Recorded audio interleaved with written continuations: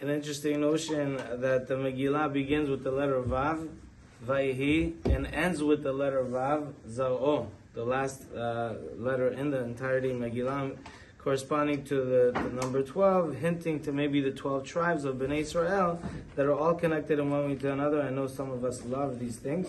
The Rambam says, Kol Sifrei HaNevi'im v'chol HaKetuvim atidim livater limot HaMashiach chutz Megillat Esther. He says that in the Limot HaMashiach, Natav Mashiach, all the books of the Nevi'im atidim livater will no longer be as relevant, I would say. The Magid Mishneh questions that. He says, well, we'll see when Mashiach comes, we'll see what happens. That's what he says.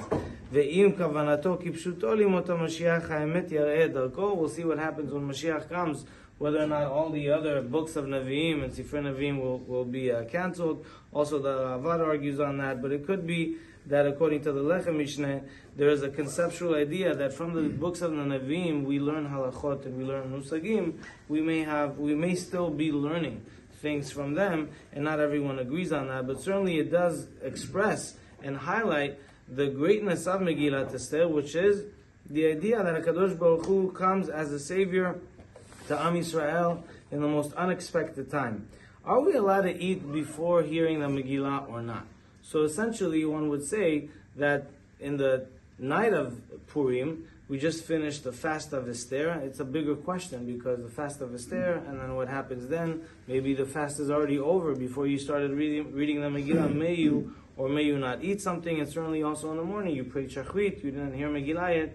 Can you have something in between then or not?